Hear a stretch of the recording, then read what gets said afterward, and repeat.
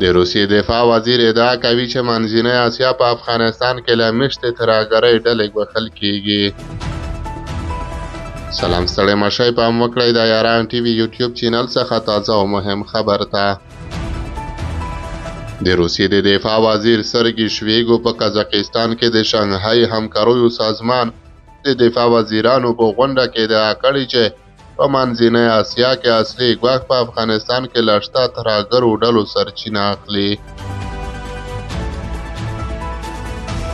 د روسیې دفاع وزیر په دغه ناسته کې همدغه رنګ ویلي چې امریکا هڅه کوي په سیمه کې خپل هغه نفوذ بیرته ترلاسه کړي چې په 2021 کال کې له افغانستان نه د ځواکونو له وتلو وروسته یې له لاسه ورکړی دی. د روسیې دفاع وزیر په دې اړه زیاته کړې چې منځنۍ اسیا ته اصلي ګواښ په افغانستان کې د شته افراطي ترهګرو ډلو څخه دی او متحده ایالات هڅه کوي چې په 2021 کال کې له افغانستان نه تر وتلو وروسته سیمو ته نفوذ وکړي.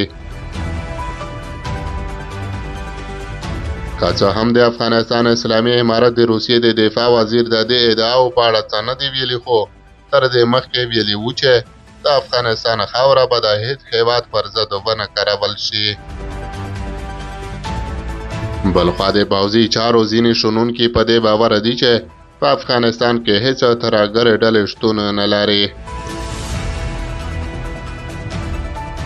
د پوځي چارو شنونکی عبدالهادي قریشي په دې هکله څرګندوي چې روسیه او چین باید په دې هکله ډاډ ولري چې د افغانستان له خاورې د منځنۍ اسیا او د شانګهای همکارۍ سازمان غړي هیوادونه نه ګوښل کیږي.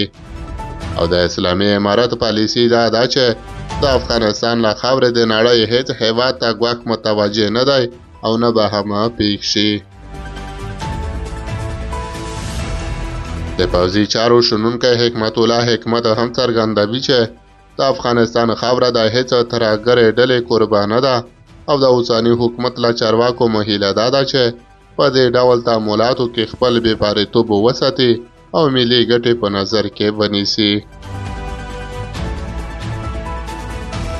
دا په داسې حال کې ده چې د افغانستان اسلامي امارت تل په هیواد کې د ترهګرو ډلو د شتون په اړه د بېلابېلو هیوادونو د چارواکو له لوري شوې ادعاوې بې بنسټه بللې دي.